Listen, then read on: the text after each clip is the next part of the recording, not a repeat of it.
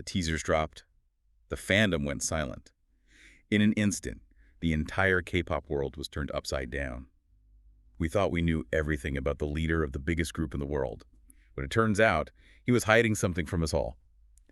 Welcome to StarScope K-Report.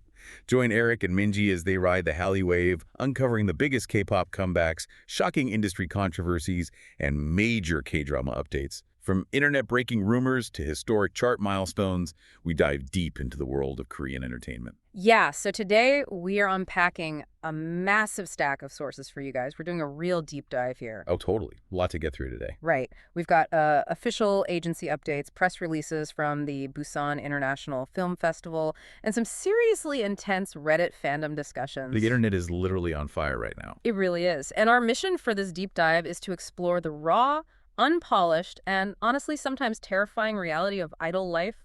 You know, stripping away all the blinding studio lights to just look at the actual human beings behind the microphones. Yeah, and what it costs them to stay there, right? And to really understand that cost, we have to start with this massive headline story. I mean, netizens and Arnwise are just in a state of emotional shock right now. No, completely. It's wild. We're talking about the premiere of RM's solo documentary, Right People, Wrong Place. Like, one fan on Reddit dropped this absolute bombshell takeaway from the screening. According to this fan, RM confessed that he hadn't felt like he released music authentically for himself in the last 10 years. I mean, when you hear that 10 years, that just stops you in your tracks. It's his whole career. Exactly. It covers basically his entire time with BTS. For someone who is, you know, the ultimate bias for millions of fans across the globe, to admit that he felt like he was playing a role for a decade, that is just a seismic shift for the fandom. But, okay, hold on. I really want to push back on this a little bit, because I think this is where it gets thorny for you guys listening. Yeah. Like, does RM's confession about the last 10 years invalidate the BTS discography for fans? Oh, that's a tough question. Right. It's like peeling off the glossy comeback packaging that you've loved for years, only to find this raw, gritty indie film underneath. Does it ruin the magic? Well, I mean, that's the exact tension lighting up Reddit right now, but honestly, I don't think it invalidates anything. You have to analyze the contrast between, like, RM of BTS and Kim Namjoon, the human being. Right. Two very different things. Totally. When you're the leader of a global phenomenon, you don't have the luxury of just being a messy 20-something. You are playing a part. Yeah, you're an idol. Exactly. And the documentary shows him trying to figure out who he is outside of that. He literally traveled to places like London and Japan just so he could walk around unrecognized. Which is crazy to think about, just wanting to not be famous for a second. Right. He was trying to figure out if he was an outsider in his own life. Wow. And, you know, for some factual context on this, the documentary chronicles a very specific 8-month period. So it's from February 8, 2023 to November 10th, 2023. Just a super intense window. Exactly. It's the period leading up to his second solo album, Right Place, Wrong Person. And crucially, it captures his journey right before his mandatory military enlistment. Right, because his official hiatus started in December 2023. Yeah, so he's on this massive deadline. And you can see it in the footage. It relies heavily on these nostalgic, grainy, black and white indie aesthetics. Which is so different from what we usually see. Totally. It's a stark contrast to the high-budget visuals of a typical BTS comeback. It's raw. It really is. But, you know, the beautiful part is how he found healing through all of it. He found his people, which he called Team RM. Right, like Sanyeon of Balming Tiger. Exactly. And they didn't work in these sterile corporate studios. They created this safe space where they were just like sharing burgers and drinking whiskey and just being normal. Finding the right people literally saved him. It's such a cool concept, finding the right people to protect you. Because later in this deep dive, we're going to talk about a shocking plot twist in the industry where an artist's own family became his worst nightmare. Ugh, yes, nobody saw that coming. It's super dark. But before we get there, we have to talk about what HYBE actually did with this RM documentary, because it made history. Oh, it completely broke the mold. According to Karibu and Bandwagon, HYBE and CJ40PLEX took this film straight to the 29th Busan International Film Festival on October 7th. Which is a huge deal for a K-pop doc. Massive. And the programmer, Kang So-won, actually moved it from the standard wide-angle category up to the prestigious open cinema section. Wait, really? Open cinema? Yes. It is the first K-pop documentary to ever achieve this milestone. That is incredible. And you guys, you have to picture this cinematic scene for the premiere.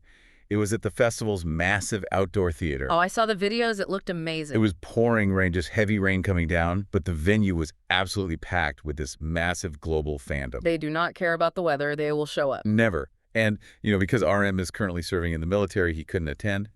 But the director, Lee Seok-jun, was there, and RM actually sent a video message to the crowd. What did he say? He said, and I quote, "Right and wrong depend on our perspectives. I believe I've become one of the right people." Oh, wow. That's just beautiful. Yeah. And you can see why international fans on Reddit were just praising the film's healing nature. Yeah, I read that one fan noted the crowd was literally shouting, "We miss you," at the screen. I would have been crying, honestly. And KNETs and international fans are already hyping up the global theatrical release, which starts December 5th. Right, and Japan is getting it on January 3rd, 2025. Exactly. The fandom is aiming for a total box office all-kill. I mean, they are going crazy over these exclusive 100 photo cards being handed out at IMC Theater. Oh, the photo card hustle is real. And hey, if you love staying updated on your favorites and charting these historic milestones, make sure you're subscribed to StarScope K-Report. We've got even bigger scoops ahead. You definitely want to subscribe because, RM's documentary is ultimately a story of an artist finding a healthy, protective environment to create his art. Right. He had HYBE shielding him. Exactly. But it makes you ask what happens when the people managing you don't have your best interests at heart. Yeah, this is where we have to pivot to a much darker story. It's been completely dominating KNET's discussions lately. And this is sourced from a September 2nd broadcast of KBS JOY's Ask Us Anything. This story is it's a nightmare. It really is. We're talking to the famous trot singer, Kim Soo-chan. During this broadcast, his mother went on national TV to expose years of severe abuse by her ex-husband. Who is Kim Soo-chan's father? Yes, exactly. She explained that she actually fled with her 3 children 12 years ago with absolutely no money just to escape him. And, trot is a huge genre in Korea. It's got this incredibly loyal, older fan base. So Kim Soo-chan starts gaining all this fame, right? Oh. He's right on the verge of signing a legitimate agency contract, which would have given him that corporate shield we were just talking about. But then his father reappears. Out of nowhere. Yeah. And he realizes he's losing control, so he decides to sabotage the contract. And the way he did it is so sinister. The father spread these horrific rumors that Kim Soo-chan's mother had prostituted herself to get him the deal. Oh my gosh. I can't even fathom doing that to your own family. And it worked. He successfully sabotaged the contract. The agency dropped him. Because agencies are terrified of scandals. So Kim is left completely vulnerable, and the father forces himself into the role of his son's manager. Which is a disaster waiting to happen. A total disaster. He completely exploited his own son. He took out massive loans in Kim's name, ruined his credit, and get this, he started soliciting money directly from fans under false pretenses. Weaponizing the fandom against the artist, it's disgusting. But I think the most terrifying detail, the one that feels like it's straight out of a thriller movie, is what Kim Soo-chan had to do to escape him. It's chilling. Yeah.